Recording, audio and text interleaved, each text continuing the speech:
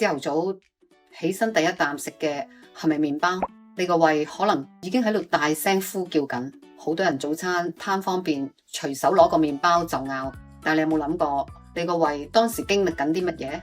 你知唔知空肚嗰陣胃好多胃酸，就好似一片脆弱嘅黏膜。當麵包呢啲純碳水撞入去，因為冇蛋白質或者脂肪擋住，佢會好似融化咗咁，極速成為糖分衝入小腸。呢個時候你嘅血糖好似坐火箭咁飆升，血糖壓力大到爆表，身體會即刻拉警報，逼住胰臟瘋狂咁分泌胰島素，結果血糖升得好快，跌得更快。明明啱啱先食完，轉頭又會覺得肚餓，又或者攰到即刻想瞓覺。最慘嘅係冇嘢墊底嘅情況下，胃酸會直接刺激胃黏膜，搞到你胃痛或者係肚脹脹。其實麵包唔係唔食得，我哋只需要先食蔬菜同埋蛋或者蛋白質，只要有呢啲簡單咁墊底嘅動作，就可以幫你個胃加翻個保護罩，減輕身體嘅負擔。健康從來唔係辛苦節制，係識得少少技巧，對自己好啲。